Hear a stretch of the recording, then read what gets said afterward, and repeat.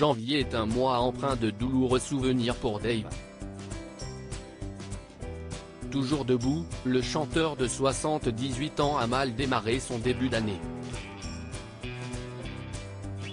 Ses fans ont d'ailleurs bien pensé ne pas pouvoir un jour retrouver leur idole sur scène.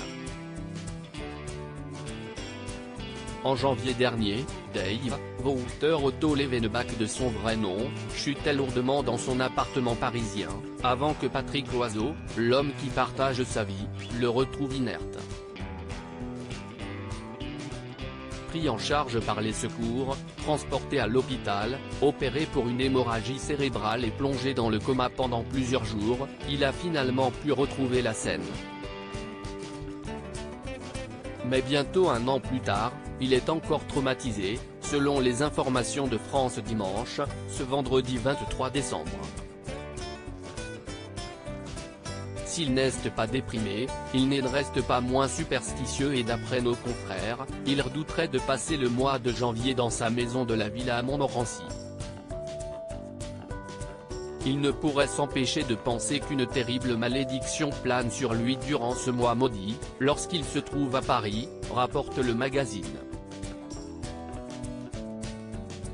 Alors, pour conjurer le mauvais sort, il aurait pris une décision radicale, ne pas rentrer à Paris après les fêtes de fin d'année, et rester les premières semaines de 2023 dans son havre de paix.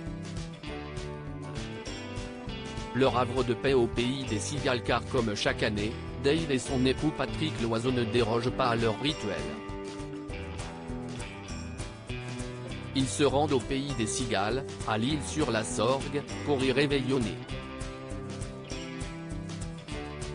Ils passent ainsi Noël loin du 16e arrondissement de Paris pour apprécier le calme de cette petite ville pittoresque du Vaucluse. Le couple y a retapé une maison en 1995, après avoir eu un coup de foudre. Si est désormais leur parfait cocon, et Dave mise dessus pour ne pas démarrer 2023 de la même manière que 2022.